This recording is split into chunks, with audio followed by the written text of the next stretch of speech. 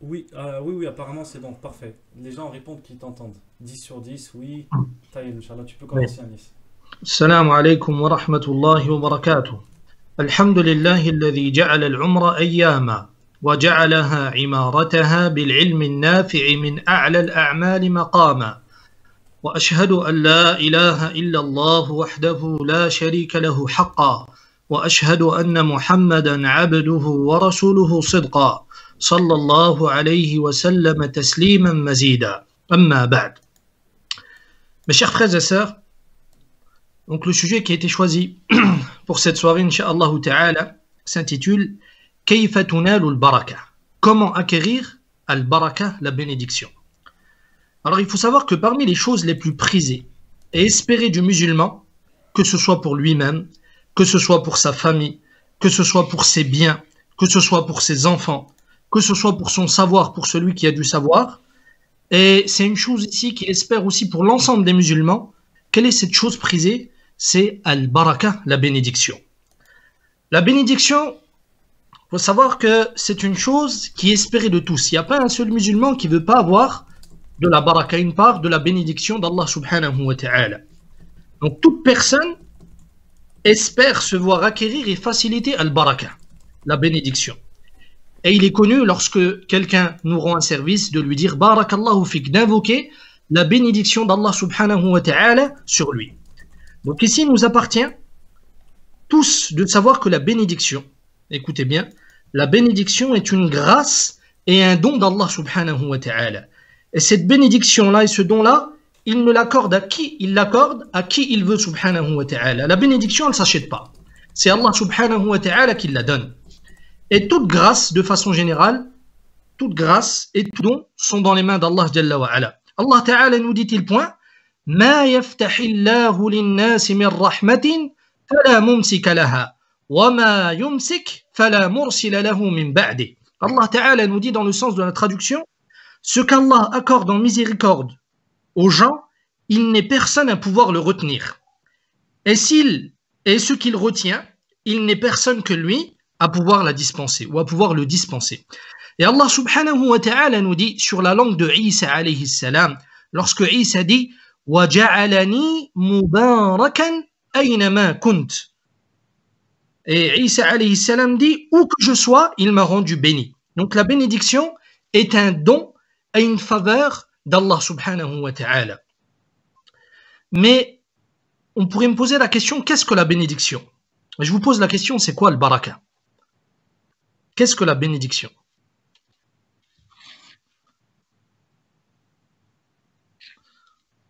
Quelle est cette chose-là prisée de tous? Quelle en est sa réalité? C'est quoi la baraka? Inch'Allah, n'hésitez pas à répondre en commentaire pour ceux qui pensent savoir. Et puis, Anis, tu veux que je te lise les réponses ou tu les as devant toi? Vas-y, tu peux me les lire, ouais. Inch'Allah. Il y a des personnes qui disent je sais pas, Allahu Alam, c'est une très bonne réponse parce que quand on sait pas, c'est bien de ne pas s'avancer. Il y en a qui ont dit l'abondance et le bien de prolifération, d'autres qui disent la facilité accordée par Allah. Oui, ça, c'est un de mes élèves qui a répondu l'abondance et la prolifération. Ah, qu'Allah le préserve. Alors, Oui. alors, barakallahu fikum. Alors, il faut savoir que lorsqu'on espère une chose et qu'on court derrière cette chose-là et qu'on espère l'avoir, on se doit d'en connaître la réalité. Eh bien, la bénédiction, haqiqatuhu ou haqiqatuha, al-baraka, hiya kathratul khayri wa thubutuhu. La bénédiction, c'est l'abondance de biens et sa pérennité. C'est l'abondance de biens et sa pérennité. C'est-à-dire que ce bien-là, il va durer dans le temps. Donc, telle est la réalité, la définition de la baraka, la bénédiction. Kathratul khayri wa thubutuhu, c'est l'abondance de biens et sa pérennité. Alors maintenant, comment acquérir la bénédiction? Donc maintenant, on sait ce que c'est. Maintenant, Younes, vous m'entendez? Ouais, frère, on t'entend, Naham. On entend très bien. Taïb. Donc maintenant, comment acquérir la bénédiction? Comment acquérir la baraka? La réponse est que la baraka s'obtient et descend sur la personne selon son degré de piété, selon son degré de préservation des obéissances et selon son éloignement des péchés. Donc plus tu vas te rapprocher d'Allah subhanahu wa ta'ala, plus tu vas faire ce qu'il t'a demandé de faire et t'écarter de ce qu'il t'a demandé de t'écarter, plus Allah subhanahu wa ta'ala te fera don de la baraka de la bénédiction. Allah subhanahu wa ta'ala nous donne ces conditions. Allah ta'ala nous donne les conditions d'obtention de la baraka de la bénédiction. Allah ta'ala nous dit, subhanahu, وَلَوْ أَنَّ أَهْلَ الْقُرَى آمَنُوا وَاتَّقَوْا لَفَتَحْنَا عَلَيْهِمْ بَرَكَاتٍ مِّنَ السَّمَاءِ وَالْأَرْضِ وَلَكِنْ كَذَّبُوا فَأَخَذْنَاهُمْ بِمَا كَانُوا يَكْسِبُونَ. Allah ta'ala nous dit dans le sens de la traduction, si les habitants des cités avaient cru, première condition, al-iman, la croyance, et avaient été pieux, on pourrait traduire aussi avaient été craintifs. Donc deuxième condition, c'est la crainte ou la piété. Nous leur aurions certainement accordé des bénédictions du ciel et de la terre, mais ils ont démenti les messagers, nous les avons donc saisis pour ce qu'ils avaient acquis. Donc les deux conditions pour acquérir al-baraka, la bénédiction, c'est al-iman, la foi, et la piété. Donc ce sont les deux conditions pour obtenir al-baraka, la bénédiction d'Allah subhanahu wa ta'ala. La première condition, c'est al-iman. Qu'est-ce que l'iman? La foi en Allah subhanahu wa ta'ala et en tout ce qu'il nous a demandé de croire. Et à la tête de cela, il y a les piliers de la foi. Al-iman billahi wa malaikatihi wa kutubihi wa rusulihi wal yawmil akhiri wal qadari khayrihi wa sharrihi. Et à la tête de cela, il y a le fait de croire en Allah, en ses anges, en ses livres, en ses messagers, au jour du jugement dernier et au destin qu'il soit bon ou mauvais. Mais il est bien ici de faire un petit rappel sur qu'est-ce que la foi, al-iman. Qu'est-ce que l'iman? Est-ce que vous pouvez répondre? C'est quoi l'iman, la foi? Alors n'hésitez pas à répondre en commentaire. Qu'est-ce que la foi, Inch'Allah ta'ala, pour qu'on puisse voir entre guillemets. Et dites-nous en commentaire si vous savez ce que c'est. Si vous ne savez pas, il n'y a pas de honte. Il n'y a pas de honte à ne pas savoir en islam. Ce qui est honteux par contre, c'est de raconter des bêtises. Alors il y a des personnes qui ont dit la foi c'est la taqwa. D'autres qui disent c'est de croire. Il y a une personne qui a dit c'est les 6 piliers de la foi. Une autre personne qui a dit c'est l'islam. Une autre personne a dit je sais pas. Très bien. Une autre personne a dit la parole avec la langue, croyance avec le cœur. Bon lui je pense qu'on va pas continuer sa réponse. Qawla wa amal, croyance, parole et action. Il y en a une autre qui a dit confiance, il y a des piliers de la foi, acte avec les membres, obéissance auprès d'Allah. Taïb. Oui. Donc tout ça c'est juste. Tout ça c'est juste. Il faut savoir que la foi, écoutez bien, a deux définitions.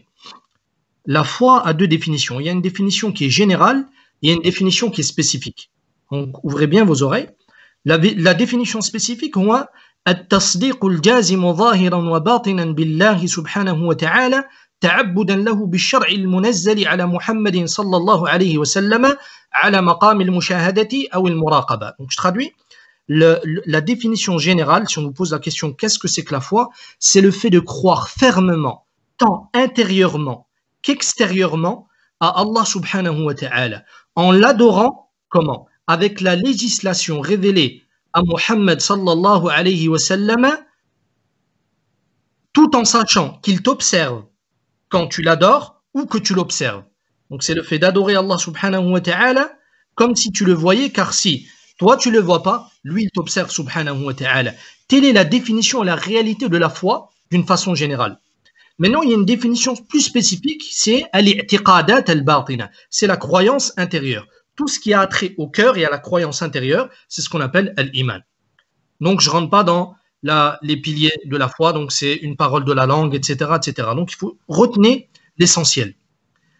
Donc, la première condition pour obtenir la bénédiction, al-baraka, c'est la foi en Allah subhanahu wa ta'ala. Quant à la deuxième condition, c'est la taqwa, la crainte. C'est traduit par la crainte, mais en réalité, la crainte, ça ne reflète pas ce que c'est que la taqwa. La taqwa, qu'est-ce que c'est que la taqwa? C'est le fait que tu mettes entre toi et ce que tu crains du châtiment d'Allah subhanahu wa ta'ala une protection. C'est le fait que tu mettes entre toi et ce que tu crains du châtiment d'Allah subhanahu wa ta'ala une protection. Et qu'est-ce que c'est que cette protection-là? C'est faire ce qu'Allah subhanahu wa ta'ala t'a demandé de faire et t'éloigner de ce qu'il t'a demandé de t'éloigner. Donc, telles sont les deux conditions à réunir pour obtenir al-baraka. Donc maintenant, on est parti au début, on a dit toute personne veut acquérir la baraka, la bénédiction, que ce soit pour lui-même, que ce soit pour sa famille, que ce soit pour sa maison, que ce soit pour ses biens matériels, que ce soit pour ses enfants. Qui ne veut pas que ses enfants soient bénis par Allah subhanahu wa ta'ala, que ce soit par que le savoir de la personne soit béni aussi, et que même notre temps soit béni, surtout en cette période. Nous vivons à une époque où on remarque qu'il n'y a pas de baraka, il n'y a pas de bénédiction dans le temps.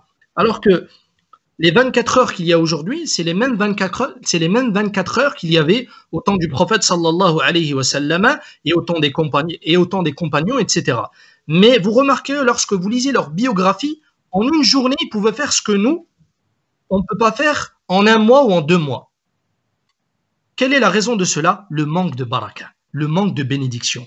Donc celui qui veut acquérir la baraka, il se doit de revenir à Allah subhanahu wa ta'ala. Il se doit de se tourner vers Allah subhanahu wa ta'ala en l'adorant sincèrement. Donc maintenant, je vais citer, donc, parmi les choses nous permettant, Allah subhanahu wa ta'ala nous a donné des choses ou des moyens nous permettant de nous d'attirer sur nous al-baraka. Qui peut me donner des exemples? Quels sont les moyens d'acquérir la baraka? Donc on a donné les 2 conditions, c'est al-iman, la foi et la crainte, la piété. Maintenant, il y a des choses à faire pour qu'Allah subhanahu wa ta'ala nous bénisse. Qui peut nous donner des exemples? Donc, Inch'Allah ta'ala, n'hésitez pas à mettre en commentaire vos exemples. Alors, les commentaires, c'est sur YouTube, hein, pas Facebook malheureusement, parce que sur Facebook, on ne peut pas en même temps suivre sur les deux, même si on l'aurait aimé. Donc, sur YouTube, n'hésitez pas à dire ce que vous pensez. Donc, premièrement, entre parenthèses, il y a une personne qui pose des questions sur sa vie, Cookie. On vous demandera, s'il vous plaît, de ne pas poser votre question en commentaire parce que entre guillemets, ça dérange les gens, ça les laisse pas se concentrer. Laissez-la à la fin et vous la poserez au frère Anis. Alors, il y en a qui ont dit c'est les œuvres pieuses. D'autres qui disent la reconnaissance en Allah. D'autres qui disent faire le bien, la pratique, ordonner à sa famille le bien, faire des bonnes actions. Barakallahu fikum. J'ai vu une réponse aussi très intéressante. J'ai vu qu'un frère ou une sœur, je ne sais pas, il a mis la lecture du Coran. Oui. Très bien. Barakallahu fik. Qu'Allah subhanahu wa ta'ala t'accorde la bénédiction. Donc, le premier, c'est qira'atul Qur'an. Le fait de lire le livre d'Allah subhanahu wa ta'ala. Le livre d'Allah jalla wa ala, c'est la source principale de la bénédiction. Surtout que nous allons rentrer là bientôt, dans moins de 2 semaines, dans le mois du Coran. Dans le mois de Ramadan, durant lequel le Coran a été révélé. Shahru Ramadan alladhi unzila fihi al-Quran, le mois de Ramadan durant lequel le Coran a été révélé. Al-Quran, Allah subhanahu wa ta'ala l'a décrit comme étant béni. Allah ta'ala nous dit wa hadha kitabun anzalnahu mubarakun fattabi'uhu wattaqu la'allakum turhamun. Allah ta'ala nous dit dans le sens de la traduction, et voici un livre, regardez comment il l'a caractérisé, un livre béni que nous avons fait descendre. Suivez-le donc et soyez pieux afin de recevoir la miséricorde. On a une histoire qui a été rapportée par Ibrahim ibn Abdel Wahid al-Maqdisi, rahimahullah ta'ala, qui nous dit « J'ai conseillé Ad-Diya al-Maqdisi ». Alors Ad-Diya al-Maqdisi, pour ceux qui connaissent, c'est l'auteur de Umdatul Ahkam, As-Sughra wal-Kubra, donc qui est connu pour ceux qui lisent un peu. Donc Ibrahim ibn Wahid al-Maqdisi, écoutez bien, nous dit « J'ai donné comme conseil à Ad-Diya al-Maqdisi lorsqu'il a voulu faire la quête du savoir ». Donc lorsqu'il a voulu faire la quête du savoir, il lui a donné un conseil précieux, écoutez bien. Il lui a dit « Akthir min qira'ati al-Qur'an wa la tatrukuhu, fa innahu yatayassaru laka alladhi tatlubuhu ala qadri ma taqra. » Intaha kalamuh. Il lui dit, écoutez bien, multiplie les lectures du Coran et ne délaisse point la lecture du Coran. Car à chaque fois que tu vas multiplier la lecture du Coran, Allah Ta'ala va te faciliter ce que tu veux. Et Ad-Diya al-Maqdisi nous dit en commentaire, il nous dit qara'tu aw fara'aytu dhalik, j'ai vu cela, wa jarrabtuhu, et je l'ai essayé à nombreuses reprises. À chaque fois que j'ai multiplié les lectures du Coran, j'ai vu qu'Allah subhanahu wa ta'ala m'a facilité l'apprentissage du hadith. Et à chaque fois que j'ai mis le Coran de côté ou que mon quota de lecture n'était pas abondant, eh bien Allah subhanahu wa ta'ala ne m'a point facilité l'apprentissage du hadith. Donc on voit là à travers cela que une des sources de bénédiction, c'est la lecture du Coran, qira'atul Quran. Deuxième chose, qui c'est qui peut me dire? Donc j'ai vu aussi la prière, c'est ça, il y a quelqu'un qui m'a cité la prière. La prière est parmi les plus immenses moyens, fait partie des plus immenses moyens afin d'obtenir al-baraka, la bénédiction. Allah subhanahu wa ta'ala nous dit وَأْمُرْ أَهْلَكَ بِالصَّلَاةِ وَاصْطَبِرْ عَلَيْهَا لَا نَسْأَلُكَ رِزْقًا نَحْنُ نَرْزُقُكَ وَالْعَاقِبَةُ لِلتَّقْوَى. Parmi les meilleurs moyens d'obtenir la bénédiction, ayyuha al-ikhwa, c'est le fait d'être persévérant dans la prière. Allah Ta'ala nous dit, dans le sens de la traduction, et commande à ta famille, et commande, ya Rasulallah, au messager d'Allah, et commande à ta famille la prière, et fais-la avec persévérance. Et fais-la avec persévérance. Nous ne te demandons ni de nourriture, c'est à nous que revient cela. Et la bonne fin est réservée à la piété. L'imam al-Qurtubi, rahimahullah ta'ala, nous dit dans le sens de l'explication de ce verset, il nous dit, rahimahullah ta'ala, qu'Allah Jalla wa Ala, ici dans ce verset, dit au prophète, alayhi salatu wassalam, que la recherche de la subsistance ne te distrait point de la prière, qui est source de bénédiction. Qui est source de bénédiction. À chaque fois que le prophète, sallallahu alayhi wa sallam, avait un problème, ou était angoissé, il revenait vers la prière. Alors, il ne faut pas mal me comprendre, il ne faut pas comprendre que celui qui veut la baraka, que ce soit dans ses biens, que ce soit dans sa famille, etc., il se doit juste de faire la prière et rien d'autre. Là, ça c'est une conception erronée du tawakkul, du fait de s'en remettre à Allah subhanahu wa ta'ala. Nous disons que la prière est un moyen parmi les moyens d'obtenir la baraka. Parmi aussi les meilleurs moyens d'obtenir la bénédiction, kathratu ash-shukri wal-hamd, le fait d'abonder dans le remerciement et la louange d'Allah subhanahu wa ta'ala. Car subhanallah, plus tu remercies Allah subhanahu wa ta'ala pour ses bienfaits, plus il t'accorde des bienfaits. Allah ta'ala nous dit-il point, وَإِذْ تَأَذَّنَ رَبُّكُمْ لَإِنْ شَكَرْتُمْ لَأَزِيدَنَّكُمْ. Allah ta'ala nous dit dans le sens de la traduction, et rappelle lorsque notre Seigneur proclama, si vous êtes reconnaissant, très certainement, j'augmenterai mes bienfaits pour vous. Il faut savoir que plus la personne remercie Allah Jalla wa Ala, plus elle loue Allah Ta'ala pour ses bienfaits, eh bien ceci va avoir deux conséquences. La première conséquence, c'est de pérenniser les biens. De pérenniser, d'avoir la baraka dans ses biens. Et deuxièmement, le deuxième bénéfice à tirer de cela, c'est qu'Allah te donne encore plus. La preuve en est le verset, la azidannakum. Je vais très certainement vous augmenter mes bienfaits. Parmi aussi les moyens d'obtenir la baraka, la bénédiction, il y a le fait de consommer des boissons et des nourritures licites et d'avoir des biens licites, son argent, de l'acquérir d'une façon licite. Car le prophète sallallahu alayhi wa sallam nous informe, comme il est rapporté par l'imam al-Bukhari et d'autres, selon Abdullah ibn Mas'ud, il nous dit sallallahu alayhi wa sallam, inna Allah tayyibun la yaqbalu illa tayyiba. Wa qala ta'ala kulu min at-tayyibat ay al-halalat. Le prophète sallallahu alayhi wa sallam nous dit, certes Allah est bon et il n'aime que ce qui est bon. Et Allah Jalla wa Ala nous dit dans le sens de la traduction, manger les bonnes et licites nourritures. Donc parmi les meilleurs moyens d'obtenir la bénédiction, c'est le fait d'acquérir ces biens de façon licite et de manger des boissons et des nourritures qui sont licites. Parmi aussi les meilleurs moyens d'obtenir la bénédiction, ayyuha al-ikhwa, ayyuha al-akhawat, c'est as-sadaqa, les aumônes. Les aumônes, le fait de dépenser dans le sentier d'Allah subhanahu wa ta'ala. Et le prophète sallallahu alayhi wa sallam nous dit, comme il est rapporté par l'imam al-Bukhari et d'autres selon Abi Hurayrata, il nous dit ma naqasat sadaqatun min mal. Jamais une aumône n'a fait diminuer des biens d'une personne. Jamais une aumône n'a fait diminuer des biens d'une personne.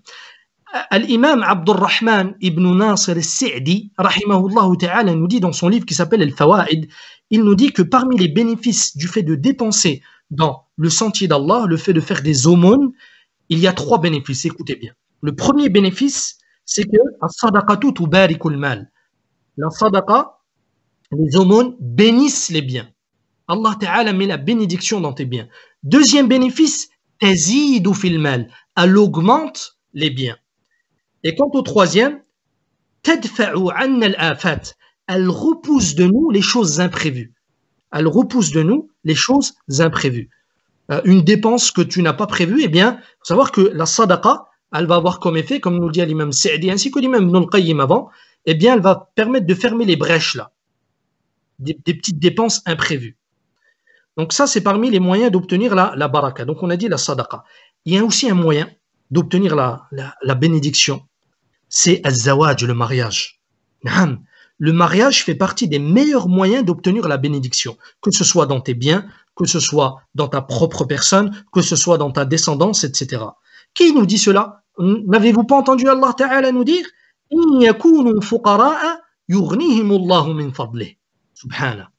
Allah Jalla wa Ala nous dit dans le sens de la traduction, et s'ils sont pauvres, Allah les rendra riches par sa grâce. Et s'ils sont pauvres, avant de se marier, eh bien Allah Ta'ala, grâce au pacte de mariage, Allah Jalla wa Ala les rendra riches par sa grâce. Mais cela est valide bien sûr pour celui qui se marie avec une bonne intention, afin de compléter sa religion, etc. Parmi aussi les meilleurs moyens d'obtenir la bénédiction, il y a le fait, et ça fait partie des meilleurs moyens, surtout en cette période-là difficile, il y a le fait de revenir à Allah subhanahu wa ta'ala et d'abonder dans l'invocation. Le fait de revenir à Allah jalla wa ala en l'invoquant. Multiplier l'invocation. Car, ayyuha l'ikhwa, vous m'entendez? Taïb. Donc, le fait de demander à Allah Jalla wa Ala la bénédiction, le fait de multiplier les demandes à Allah subhanahu wa ta'ala pour qu'il vous accorde la bénédiction. Et ceci, et le prophète alayhi salatu wassalam le prophète alayhi salatu wassalam répétait souvent une dua, une invocation. Donc à nous de le suivre dans cela alayhi salatu wassalam. Il est rapporté par l'imam Abu Daoud, et le hadith est sahih, selon Abdullah ibn Mas'ud, dans lequel le prophète sallallahu alayhi wa sallam nous dit, il disait, Allahumma barik lana fi asma'ina, wa absarina, wa qulubina, wa azwajina, wa dhurriyatina, wa tuba alayna, innaka anta at-tawwab ar-rahim. Oh Allah, bénis, mets la baraka, bénis nos oreilles, bénis nos yeux, bénis notre cœur, bénis nos épouses, bénis notre descendance, et pardonne-nous, car tu es certes le pardonneur et le miséricordieux. Donc, parmi les meilleurs moyens d'obtenir la baraka, c'est de le demander à celui qui c'est de demander la baraka à celui qui la possède. C'est Allah Jalla wa Ala. Donc, il y a d'autres choses aussi nous permettant d'acquérir la baraka. Il y a les liens de parenté, il y a le fait de maintenir les liens de parenté, il y a le fait d'être bon avec ses parents, il y a aussi le fait de s'écarter aussi de ce qu'Allah subhanahu wa ta'ala nous a demandé de nous écarter, les péchés, etc. Car les péchés, les péchés font disparaître la bénédiction. Les péchés éloignent la bénédiction de la personne. Donc, il y a aussi d'autres choses, mais et comme on dit en arabe, la petite quantité qui est donnée est meilleure que la grande quantité qui est donnée, mais qui distrait. Je voudrais juste terminer par une chose très importante. Vous m'entendez ou pas? Younes. Taïb.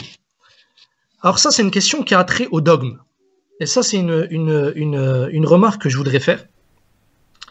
Car il faut savoir, que lorsque les gens s'écartent du savoir religieux, quand les gens s'écartent du savoir religieux ou ne lui donnent point d'importance, eh bien, va sévir l'ignorance au sein de la communauté, va se propager l'ignorance au sein de la communauté.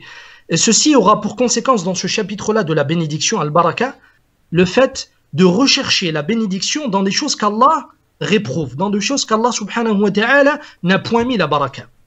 Et ceci, ayyuha l'ikhwa, peut nous amener in fine à commettre le péché le plus grave. Le péché qu'Allah Jalla wa Ala ne pardonne point, qui est ash-shirku billah, le fait de lui associer quelque chose. Subhanahu wa ta'ala. Donc comment savoir, écoutez bien, ça c'est une règle. Comment savoir si une chose est bénie? Et comment utiliser cette bénédiction-là? Comment savoir si une chose elle est bénie? Et comment utiliser cette chose-là quand elle est bénie? Qui peut me répondre à cela? Alors n'hésitez pas à répondre en commentaire. Comment on peut savoir quand une chose elle est bénie? Et quand elle est bénie, on va dire on a une preuve que c'est béni, comment l'utiliser? J'attends vos réponses et puis s'ils sont là. Donc il y a une personne qui a dit c'est suivre la sunna. Ouais. Une autre personne a dit la prière de consultation. Une autre personne, elle a dit la chose, elle nous rapproche d'Allah. Ouais, d'accord. Ok, très bien. Très bien. Barakallahu fikum. Alors, écoutez bien. La réponse est dans l'application de 3 fondements. Écoutez bien. La réponse est dans l'application de 3 fondements. Ça, c'est fondamental et crucial. Donc, si tu les appliques, incha'Allah ta'ala, tu seras préservé de l'égarement dans ce chapitre-là, qui est un des chapitres qui est évoqué dans les livres de Tawhid, Al-Baraka, la bénédiction. Alors, incha'Allah ta'ala, si tu appliques ces 3 choses-là que je vais citer, tu seras préservé de l'égarement dans ce chapitre-là, et tu seras préservé quant au fait d'associer Allah Jalla wa Ala à quelque chose. Alors, le premier fondement, comment savoir si une chose elle est bénie? Premièrement, c'est de s'assurer que cette chose-là est bénie. Et le seul moyen de prouver cela, c'est un argument du Coran et de la Sunna authentique. Le seul moyen de savoir si une chose elle est bénie, qu'il y a de la baraka dans une chose, c'est de ramener une preuve du Coran, de la parole d'Allah ainsi que de la parole du prophète alayhi salatu wassalam. Et ça, c'est tout à fait logique. Regardez ce qu'on a dit au début. On a dit que la bénédiction, qui la possède et qui la donne? Allah Ta'ala seul. Donc c'est lui seul qui sait si telle ou telle chose est bénie ou pas. Et le prophète alayhi salatu wassalam, bien sûr, car le prophète alayhi salatu wassalam ne parle point sous l'effet de ses passions, ce n'est qu'une révélation inspirée.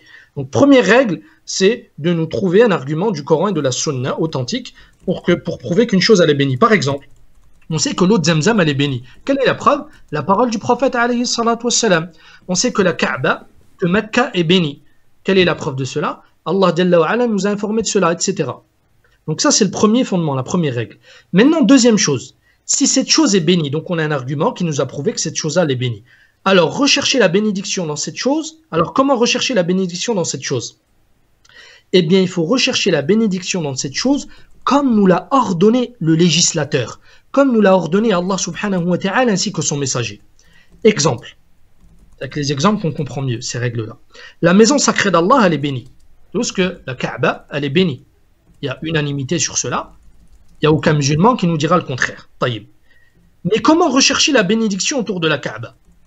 Eh bien, le législateur Allah Jalla wa Ala nous a informé comment rechercher la bénédiction autour de la Kaaba. Eh bien, celle-ci ne se fait pas n'importe comment. Elle se fait avec le tawaf. Le tawaf. Elle se fait en embrassant la pierre noire, etc. Donc, il nous a montré que cette chose-là était bénite. Et il nous a montré comment. Il nous a montré comment. Vous m'entendez ou pas? Oui, on t'entend, alhamdoulilah. Et il nous a montré comment aussi utiliser cette bénédiction-là. Et la troisième règle, c'est de considérer cette chose bénie-là comme une cause. Et non pas s'attacher à cette cause-là. Car celui qui donne la bénédiction, c'est Allah. Et il a mis des causes. Par exemple, l'eau de Zamzam, il y a la bénédiction dedans. Il y a la bénédiction dans l'eau de Zamzam. Eh bien, c'est une cause nous permettant d'obtenir la bénédiction d'Allah subhanahu wa ta'ala. C'est pas l'eau de Zamzam en elle-même qui va t'accorder la bénédiction. Mais c'est une cause te permettant qu'Allah ta'ala t'accorde la bénédiction. Est-ce que c'est compris ou pas? Si c'est compris, on va demander en commentaire si des gens ils ont des questions. Je pense qu'il y a des petites questions, je suis en train de les noter petit à petit, celles qui sont intéressantes. Je te les poserai à la fin et puis même les gens ils pourront les poser à la fin, Inch'Allah ta'ala.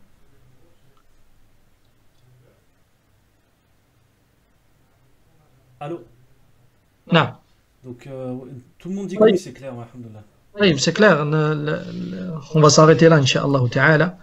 Je pense que, et pour pas qu'on oublie le début, on va s'arrêter là. Voilà. L'essentiel a été donné. Barakallahu fik, vraiment pour ce dars, c'est extrêmement utile et bénéfique.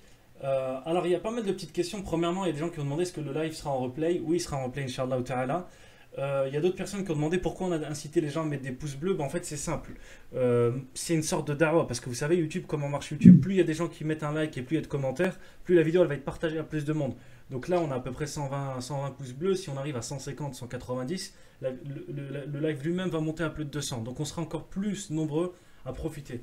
Et si vous souhaitez maintenant un petit peu poser vos questions, alhamdoulilah, c'est le moment. Ouais, c'est déjà fini malheureusement, Feras. Je sais que c'était extrêmement bénéfique. Moi aussi, j'aurais aimé que ça dure plus longtemps. Anis, en tout cas, vraiment, qu'Allah te récompense pour le dars. J'ai commencé à noter les questions. Il y a une personne qui a demandé, c'est une première question, mais on ne va pas y répondre tout de suite. Est-ce que tu peux résumer les moyens pour avoir la baraka? Alors, les moyens, on a dit, premièrement, la lecture du Coran. La lecture du Coran, ouais. La lecture du Coran. Donc on a donné l'argument, etc. Deuxièmement, la prière. On a cité la prière. Troisièmement, on a cité le fait d'abonder dans le fait de remercier Allah subhanahu wa ta'ala. Remercier lorsqu'il t'accorde des bienfaits. Et le louer. Troisièmement, ou quatrièmement, c'est quoi? Troisièmement, le fait de manger de la nourriture licite et d'acquérir des biens d'une façon licite, d'acquérir son argent de façon licite et manger des boissons et nourritures licites. Et il y a aussi, on a cité la sadaqa, l'aumône. Et il y a aussi az-zawaj, le mariage, lorsque toutes les conditions sont réunies. Et on a cité aussi le fait d'invoquer, ad-du'a, d'invoquer Allah subhanahu wa ta'ala. Donc c'est principalement ce qu'on a dit. Il y en a d'autres aussi, on a dit qu'il y avait le fait de lier les liens de parenté, le fait d'être bon avec ses parents, le fait de s'écarter des péchés. Pourquoi? Car on a dit que les péchés font disparaître la bénédiction, ou éloignent la bénédiction de la personne. D'accord. Je suis en train de les noter en fait. Je vais les mettre en commentaire comme ça les gens pourront les lire. Oui. S'écarter des... Et on va les comme ça au moins une personne quand elle verra le live elle pourra au moins les revoir en dessous. Alors oui. Il y a pas mal de questions. Tu sais quand tu as parlé de lire le Coran, il y a une personne qui demande est-ce que l'écouter c'est suffisant? Bah, pour celui qui n'arrive pas à lire le minimum, alors ce qu'il faut pas faire c'est délaisser le Coran. Hajru le Coran. Il y a plusieurs façons de délaisser le Coran.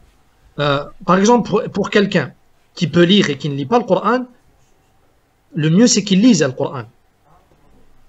Pour celui qui n'arrive pas à lire le Coran, alors le mieux c'est qu'il entende le Coran, qu'il écoute le Coran. Ok? Mais le mieux c'est de lire le Coran. Pourquoi de lire le Coran? Parce que le fait de regarder déjà le mushaf comme nous rapportent les salaf, c'est une ibada, c'est une adoration. Et à chaque fois que vous allez lire une lettre du Coran, vous avez une hasanat. Et lorsque vous dites Alif Lam Mim, donc la première sourate après le Fatiha, sourate al-Baqarah, lorsque vous allez dire Alif Lam Mim, vous avez déjà 3 hasanat. C'est pas juste une hasanat. Pour chaque lettre, vous avez une hasanat. Donc ne vous privez pas, si vous savez lire, de lire le Coran.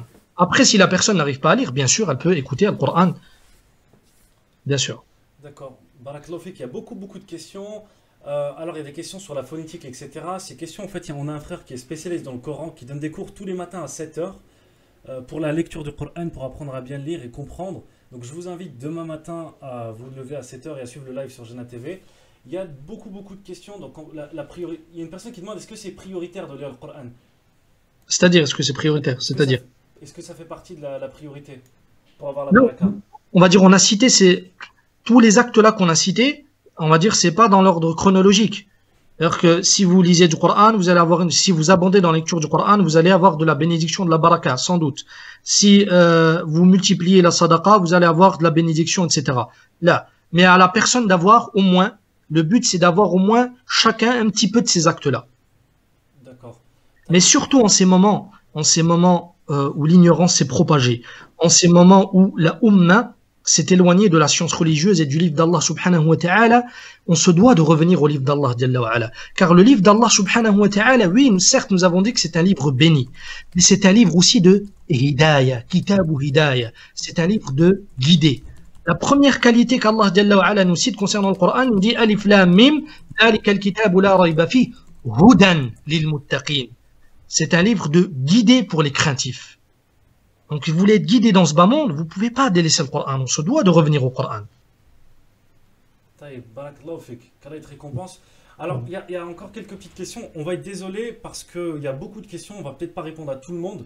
On va faire de notre mieux. Et si on ne répond pas, soit on a estimé que votre question n'est pas en relation avec le sujet, ou soit on va le faire dans les prochaines fois. Mais vraiment, désolé, on en a un petit peu beaucoup. Alors, il y a une question qui est très importante. En fait, je pense que ça mérite pas mal d'explications, Anis, parce qu'il y a beaucoup de gens qui disent il faut revenir au tawhid, il faut enseigner le tawhid, etc. Mais est-ce que déjà le dars que toi tu as fait maintenant, le cours sur la baraka, est-ce que ça fait partie du tawhid? Et est-ce que le tawhid, c'est entre guillemets, comme on sait, les 3 fondements entre guillemets qu'on a pour beaucoup lu, ou est-ce que simplement le fait de parler d'Allah Azza wa Jal, ça fait partie de ce tawhid-là? Alors il faut savoir une chose, à chaque fois que tu parles d'Allah subhanahu wa ta'ala, le Coran c'est le tawhid. Un tiers du Coran, c'est l'unicité d'Allah subhanahu wa ta'ala. Donc à chaque fois que vous allez étudier le Coran, le tafsir, etc., vous étudiez le tawhid. Donc le tawhid, ça se résume pas juste à enseigner ce que c'est que le tawhid se divise en trois parties, pardon. Tawhid al-rububiyyah, tawhid al-uluhiyyah, tawhid al-sifat. Tout ça, les savants nous ont donné ces définitions-là pour faciliter juste la science. Mais tout le Coran, c'est du tawhid, c'est l'unicité dans la seigneurie, c'est l'unicité dans l'adoration et c'est l'unicité dans les noms et attributs. Dans tout le Coran, Allah subhanahu wa ta'ala cite ses noms et attributs. Dans tout le Coran, Allah Jalla wa Ala nous apprend que c'est lui le Seigneur, c'est lui le créateur des cieux et de la terre sans associé. C'est lui, dans le Coran subhanahu wa ta'ala, qui nous appelle à l'adoration, à lui vouer un culte exclusif. Donc c'est pas juste prendre, il y a beaucoup, ils ont une conception erronée de cela. Lorsque vous enseignez pas le tawhid, vous avez un problème. Là, quelqu'un qui enseigne le tafsir, le Coran, il enseigne le tawhid. Quelqu'un qui enseigne la biographie du prophète sallallahu alayhi wa sallam, il enseigne le tawhid, etc. Donc le sujet dont on a parlé aujourd'hui, al-baraka, ça fait partie du cœur du tawhid. Bah oui, parce que la baraka, elle vient d'Allah. Bien sûr. Elle vient pas de Pierre. Exactement. C'est Allah Azza wa Jal qui nous met la bénédiction dans nos devis. Exactement. D'où les règles qu'on a citées à la fin, c'est en relation directe, comme je l'ai dit, c'est une question en relation avec le dogme, le credo de la personne. Avec la croyance, exactement. Alors, juste une petite remarque que j'aurais voulu faire par rapport à ce que tu viens de dire, Younes. Le tawhid, beaucoup ont juste une conception erronée du tawhid. Pour eux, c'est juste savoir qu'il y a un tawhid dans l'adoration, dans la seigneurie, etc. Là, le tawhid, il se vit. Le tawhid, il se vit. Regardez, le prophète sallallahu alayhi wa sallam, pendant 13 ans, il a fait la da'wa à la Mecque. Il a appelé au tawhid pendant 13 ans. Et qui a appelé au tawhid? C'est pas moi, c'est pas là. C'est le prophète alayhi salatu wassalam pendant 13 ans, jour et nuit à ses compagnons. Et quand il est arrivé à Médine, Allah Jalla wa Ala lui a révélé un verset dans Surat Muhammad où Allah Jalla wa Ala lui dit Ta'lam annahu la ilaha illallah. Sache, ô messager, sache, ya Muhammad, qu'il n'y a point de divinité digne d'être adorée si ce n'est Allah.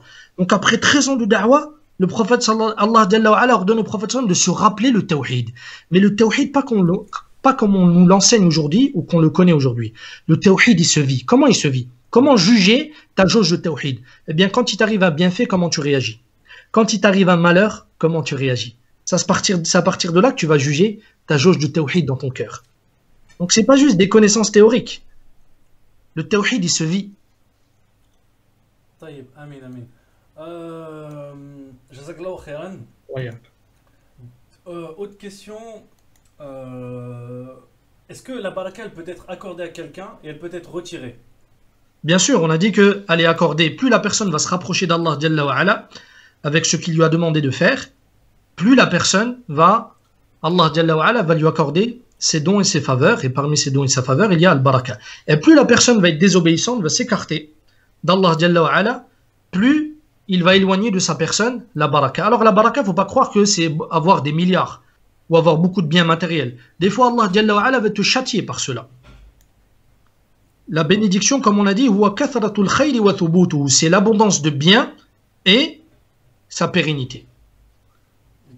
D'accord, taïb. Donc on peut avoir la baraka et Allah il nous l'enlève avec le temps, si on bien fait sûr, pas attention. Bien sûr. D'accord, taïb. Alors il y a des questions aussi relatives à en fait comment avoir la baraka dans son mariage. Une autre personne a demandé dans ses enfants. Alors comment avoir la bénédiction dans ses enfants? Donc ça suppose un dars complet. Alors la bénédiction dans les enfants, c'est avant d'avoir des enfants déjà. Avant d'avoir des enfants, c'est d'invoquer Allah subhanahu wa ta'ala qu'il vous accorde des enfants pieux. Et ça, tous les prophètes ont invoqué cela comme Allah Jalla wa Ala nous le cite dans le Coran concernant Ibrahim, Zakaria, etc. Ils ont tous demandé à Allah Jalla wa Ala de leur faire don d'une progéniture parmi les pieux. Après que lorsqu'ils naissent, c'est de leur donner lorsqu'ils naissent, c'est de les éduquer de la meilleure des façons. C'est d'invoquer pour eux aussi. Car beaucoup pensent que l'invocation c'est avant. L'invocation c'est avant, pendant. Avant et pendant. Donc c'est de les suivre toute l'année. Mais il faut savoir une chose, c'est de les suivre durant toute leur vie. Une chose aussi qui est très importante à savoir, c'est que la bénédiction des enfants, elle est aussi conditionnée par toi-même, par ce que tu fais. Quelqu'un qui a de l'argent qui n'est pas licite et qui va donner de cet argent-là à ses enfants, que ce soit à travers la nourriture, etc., eh bien, il va éloigner la baraka de ses enfants. Donc, c'est une lourde responsabilité en tant que parent. Taïb, Inch'Allah, barakallahu fik. Il y a une personne qui a demandé quels sont les signes de la baraka. Donc tu les as dit, est-ce qu'on peut les répéter? Alors, les signes nous permettant d'avoir la baraka. Ouais. Alors, il y a deux choses. Allah Jalla wa Ala nous dit وَلَوْ أَنَّ أَهْلَ الْقُرَى آمَنُوا وَاتَّقَوْا. L'iman, la foi et la crainte d'Allah subhanahu wa ta'ala. L'iman et la crainte. C'est les deux conditions sine qua non pour obtenir la baraka, la bénédiction. Plus ta foi va monter, plus ta crainte va monter, plus Allah Jalla wa Ala te fera don de al-baraka, de la bénédiction. Mais ça, c'est plutôt quels sont les signes qu'on a la baraka.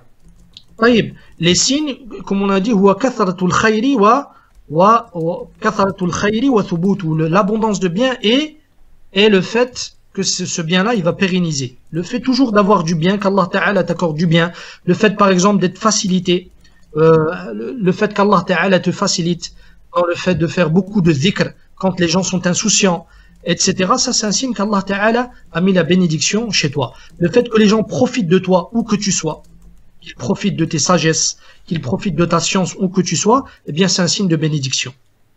D'accord. Le fait d'être utile pour les autres, d'être un bien pour les autres, pour soi-même et pour les autres, c'est un signe de bénédiction. D'accord, taïb. Qu'Allah nous accorde.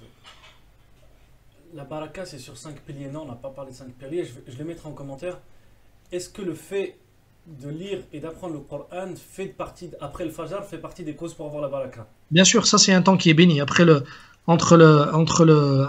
prière de l'Fajr et juste avant le lever du soleil, c'est un moment qui est béni, qui est cité dans plusieurs textes. Okay? Et le fait d'une part de réunir avec le temps plus l'action, c'est-à-dire le fait de lire le Coran et le fait de l'apprendre, et وَهِيَ baraka فَوْقَ baraka. C'est une baraka au-dessus d'une baraka, bien sûr.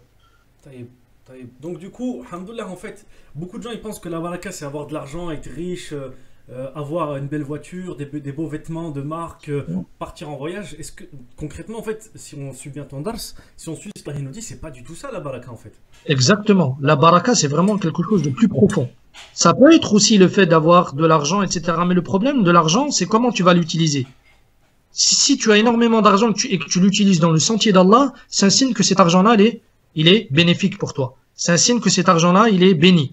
Mais si cet argent-là, elle t'éloigne du chemin d'Allah, c'est un signe que cet argent-là n'est point béni. Bah justement, c'est important une question. Là. Il y a quelqu'un qui demande si on a de l'argent illicite mais qu'on a fait une tauba, est-ce que l'argent il est halal? Adi, ça c'est une question, on va dire, à détailler. Est-ce que la personne savait ou pas que cet argent-là était licite ou pas? Alors, si la personne, elle savait pas, si la personne ne savait point que cet argent-là était licite, par exemple, je donne un exemple, hein, quelqu'un qui jouait beaucoup au casino avant, et il se convertit à l'islam, il rentre dans l'islam, et je donne un exemple, hein, comme ça, il a 1 million dans le compte. On sait que cet argent-là, il est haram, mais lui, il savait pas. Eh bien, on dit, at-tawbatu tajubbu ma qabla, le fait de faire le repentir. Comme nous le dit Abdullah ibn Mas'ud, toutes les mauvaises actions se transforment en bonnes actions. Taïb. Inch'Allah. Ouais, mais en général, pour être réaliste, la plupart des gens qui font du mal, ils savent qu'ils font du mal. Hein. On est en 2020, on est en France ou on est dans des pays francophones, on a tous accès un petit peu, on sait tous les minimums du béaba, du halal et du haram. Samakum akhi, la baraka proprement dite fait partie de la sakina. Est-ce que ça le fait partie de la sakina? Est-ce qu'on peut expliquer ce que c'est que sakina? Et est-ce que avoir la sakina, c'est une forme de baraka dans ce qu'on fait? C'est-à-dire la sakina, qu'est-ce qu'il veut dire par là? Je pense l'itmi'nan la personne dit c'est-à-dire la sincérité, mais je pense plutôt c'est une forme d'apaisement dans son cœur, le fait d'être bien quoi en fait. Naam, c'est possible. Je connais pas de texte relatif à cela, mais ça peut être un signe. D'accord, taïb. Alors aussi, point très important, en commentaire, il y a des gens qui s'amusent à répondre à d'autres personnes. S'il vous plaît, ne répondez pas, parce que même si vous pensez connaître la réponse, déjà vous n'avez pas la garantie qu'elle soit sûre, même si vous avez lu un livre ou deux ou un avis, peut-être qu'il y a d'autres avis différents. Et deuxièmement, peut-être que vous n'avez pas la méthode pour répondre. Parfois, comme vous avez vu là tout à l'heure, on a posé une question frère Anis, il a dit d'abord il faut détailler. Il n'est pas envenu en disant oui c'est halal, d'autres c'est haram. Là par exemple quand tu as dit ça, une personne a dit non, tu dois t'en débarrasser rapidement. Mais qu'est-ce que t'en sais? Il y a plusieurs situations, il y a plusieurs choses. Et ce n'est pas à tout le monde de répondre à ce type de questions. Est-ce que le fait de faire un péché et de se repentir et de revenir à chaque fois, peut faire stagner la baraka. En gros, une personne a fait un péché, elle revient, elle fait un péché, etc.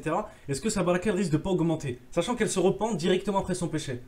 Alors, Cheikh l'Islam Taymiyyah, rahimahullah ta'ala, nous dit min afdalil hasanat at-tawbah, hasanatu at-tawbah. Parmi les meilleures des actions, c'est la tawbah. Le fait que tu reviennes à Allah subhanahu wa ta'ala sans cesse. Car le prophète sallallahu alayhi wa alihi wa sallam nous dit kullu bani adam khatta wa khayrul khatta'in at-tawwabun. Tous les enfants d'Adam sont des pécheurs et les meilleurs des pécheurs sont ceux qui demandent pardon à Allah subhanahu wa ta'ala.